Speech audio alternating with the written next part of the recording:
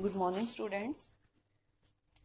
So today we are going to start your new chapter of book Civics, chapter number 1, and the name of the chapter is What is Democracy? Why Democracy? तो बेटा इस chapter में हम democracy के बारे में read करेंगे। जैसे कि ये वर्ड आपने पहले भी बहुत बार सुना भी है, पढ़ा भी है, maybe you know the its meaning well. ठीक है, तो इस चैप्टर में हम पढ़ेंगे व्हाट इज डेमोक्रेसी, कि डेमोक्रेसी क्या है, इसके फीचर्स क्या है। ठीक है, step by step. There is not only one form of government that is democracy in the world.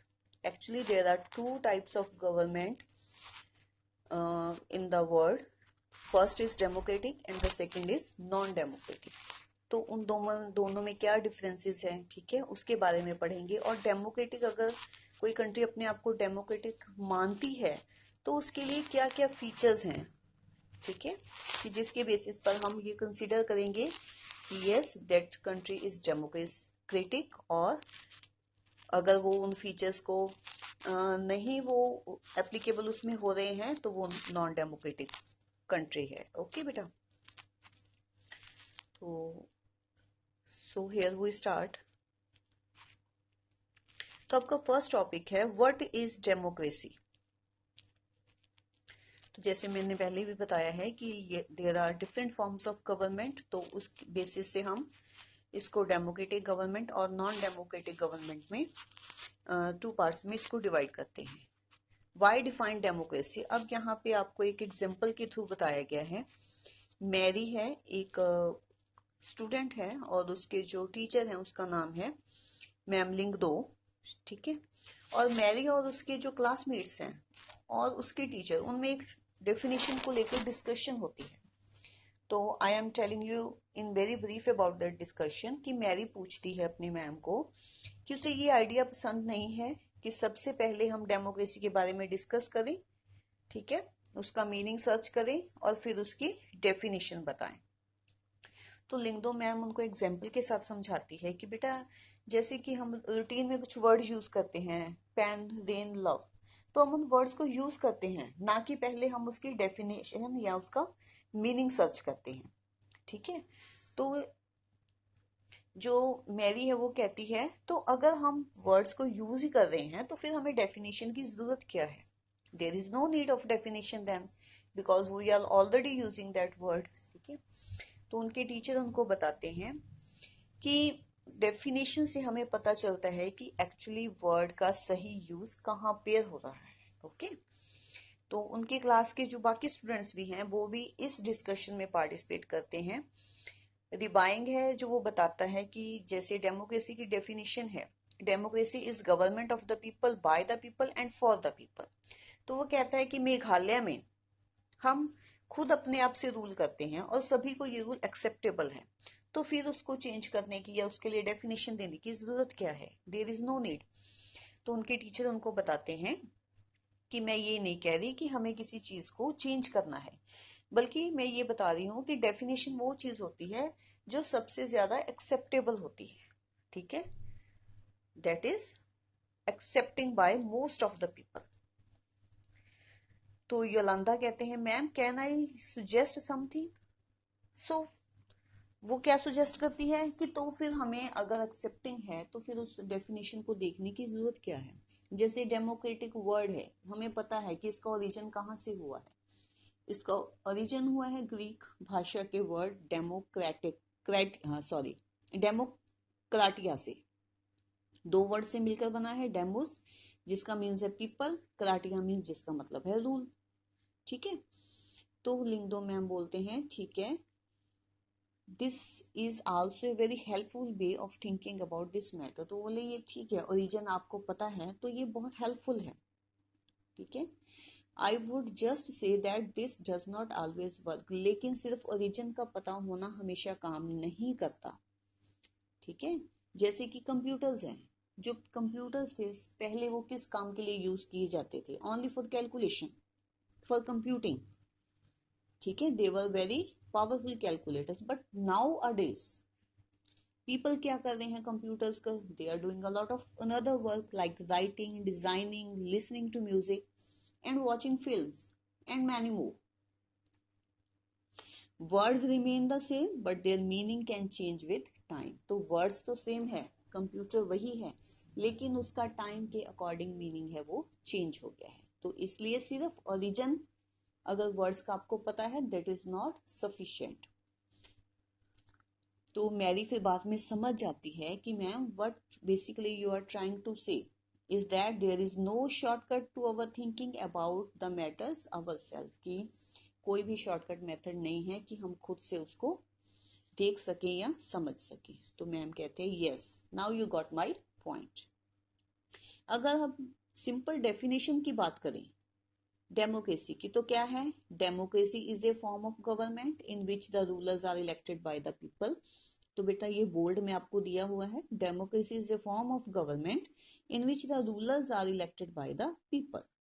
तो ये आपको डेफिनेशन लर्न करनी है कि डेमोक्रेसी एक ऐसी गवर्नमेंट की फॉर्म है जिसमें जो रूलर्स मींस लीडर्स, वो क्या है, किसके द्वारा इलेक्ट किए जाते हैं? Bye the people.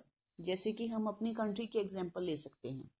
ठीक है, आपको पता है कि हर 5 साल बाद इलेक्शंस होते हैं, और इलेक्शंस में क्या होता है कि जो अडल्ट हैं, अडल्ट कौन होता है? Who have crossed the age of 18 और अबव. ठीक है, तो वो पर्सन क्या करता है, जाकर अपनी वोट कास्ट करता है और अपने मनपसंद जो कैंडिडेट है उसको वोट करता है. तो फिर मैक्सिमम वोट्स जिस कैंडिडेट को या जिस पार्टी को जाती हैं तो फिर आगे उनकी गवर्नमेंट बनती है. ठीक है, तो इट मीन्स उन लीडर्स को या उस गवर्नमेंट को किसने बनाया? Bye the people of the country. ठीक है, this is a useful state point. This definition allows us to separate democracy from forms of the government that are clearly not democratic. तो ये हमें डेफिनेशन बाकी जो नॉन डेमोक्रेटिक गवर्नमेंट है और democratic government है दोनों में डिफरेंस बताती है कि डेमोक्रेटिक क्या है, नॉन डेमोक्रेटिक क्या है. ओके, अब यहाँ पे आपको एग्जांपल दी है, the army rulers of Myanmar were not accepted by the people. जब म्यांमार में क्या थे? आर्मी रूलर्स थे जिनको लोगों ने एक्सेप्ट नहीं किया था, नहीं चाहते थे कि वो रूलर्स बने. ठीक है, लेकिन they became the rulers of the country. ठीक है, पीपल हैड नो से इन डिसीजन. लोगों का कुछ भी आप कह लो कि उनकी बात किसी ने नहीं सुनी इस डिसीजन में. डिक्टेटर्स लाई पिंचेट चाइल्ड के are not elected by the peoples. तो उनको भी वो खुद से बने थे, लोगों ने इलेक्ट नहीं किया था. ठीक है, ऐसे ही मोनार्ची होता है जहां पे राजे का राज होता है, तो राजे को भी लोग नहीं चुनते, वो अपने आप से बनते हैं रूलर. ठीक है, किंग्स ऑफ सऊदी अरेबिया. तो ऐसी बहुत सारी आपको एग्जांपल्स है वो दी हुई हैं. ठीक है, लेकिन अब यहाँ पे क्वेश्चन ये है कि सिर्फ इस डेफिनेशन से या ये डेफिनेशन एडिक्वेट नहीं है, दिस इज कुछ और भी चाहिए डेमोक्रेटिक को ब्रॉडली समझाने के लिए या नॉन डेमोक्रेटिक से अलग करने के लिए. तो वो क्या है? वो है इसके फीचर्स, कि डेमोक्रेसी के कुछ फीचर्स हैं. अगर कोई भी कंट्री, डेमोक्रेटिक कंट्री, उन फीचर्स को अप्लाई कर रही है, ठीक है, अपनी कंट्री में, तो इट मीन्स वो रियली में डेमोक्रेटिक है, अदरवाइज नहीं है. तो फीचर्स क्या है? देखिए, फर्स्ट फीचर है after democracy. Democracy is a form of government in which the rulers are elected by the people. अब क्वेश्चन है, कौन है ये रूलर, किस तरह के इलेक्शंस होने चाहिए, वो लोग कौन है, ठीक है, और किस तरह की गवर्नमेंट होनी चाहिए. तो यहां पर आपको कुछ एग्जाम्पल्स दी हैं, जैसे major decisions by elected leaders. अब पाकिस्तान में क्या हुआ कि 1999 में एक मिलिट्री कॉप, ठीक है, जिसका जनरल था जनरल परवेज मुशर्रफ, उन्होंने क्या किया, डेमोक्रेटिक को वहां से ओवरथ्रो कर दिया और खुद वहां पर चीफ एग्जीक्यूटिव बन गए. ठीक है, with the support of the army. बाद में उन्होंने अपने डेजिग्नेशन को प्रेसिडेंट में चेंज कर दिया. 2002 में उन्होंने एक रिफरेंडम पास किया जिसमें उनको 5 ईयर की एक्सटेंशन दे दी. ठीक है, Pakistani media, human right organisation, democracy activist said that the referendum was based on malpractice and fraud. तो सभी ने यह कहा कि उसमें कुछ फ्रॉड किया गया है उस रेफरेंडम में, क्योंकि जो आम लोग थे उनकी इन्वॉल्वमेंट इस सब में नहीं थी। अगस्त 2002 में उन्होंने एक इशू किया लीगल फ्रेमवर्क ऑर्डर, जिसमें उन्होंने क्या किया, amended the constitution of Pakistan. अब इस ऑर्डर के अकॉर्डिंग क्या था कि जो प्रेसिडेंट है उसके पास पावर है कि नेशनल एंड प्रोविंसेस असेंबली को वो डिसमिस कर सकता है। अब एक काउंसिल रखी गई, बनाई गई, ठीक है। The work of the civilian cabinet is supervised in national security council. लेकिन उस सिक्योरिटी काउंसिल में भी मतलब डोमिनेशन किसकी थी, मिलिट्री ऑफिसर्स की, और मिलिट्री ऑफिसर्स किसके थे, जनरल परवेज मुशर्रफ के। तो इनडायरेक्टली या डायरेक्टली सारी की सारी पावर वो किसके हाथ में थी, वो थी president doctor general Pervez Musharraf, sorry not doctor, general Pervez Musharraf के हाथ में, ठीक है। तो यहाँ पे हम इसको डेमोक्रेसी नहीं कहेंगे, ठीक है। प्रेसिडेंट फॉर्म है, इलेक्शंस भी हुए हैं, लेकिन सब कुछ फ्रॉडली हुआ है, ठीक है।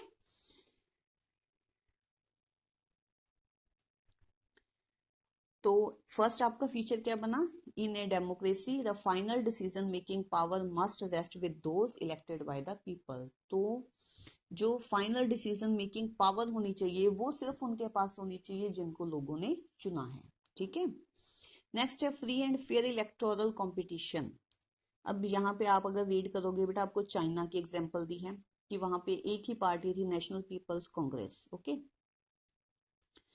तो उनके पास जो थी पावर थी कि प्रेसिडेंट को अपॉइंट करने की। वहां पर क्या होता था कि 3000 जो मेंबर्स है ऑल ओवर फ्रॉम चाइना चुने जाते थे, फिर आगे वो प्रेसिडेंट को इलेक्ट करते थे, ठीक है।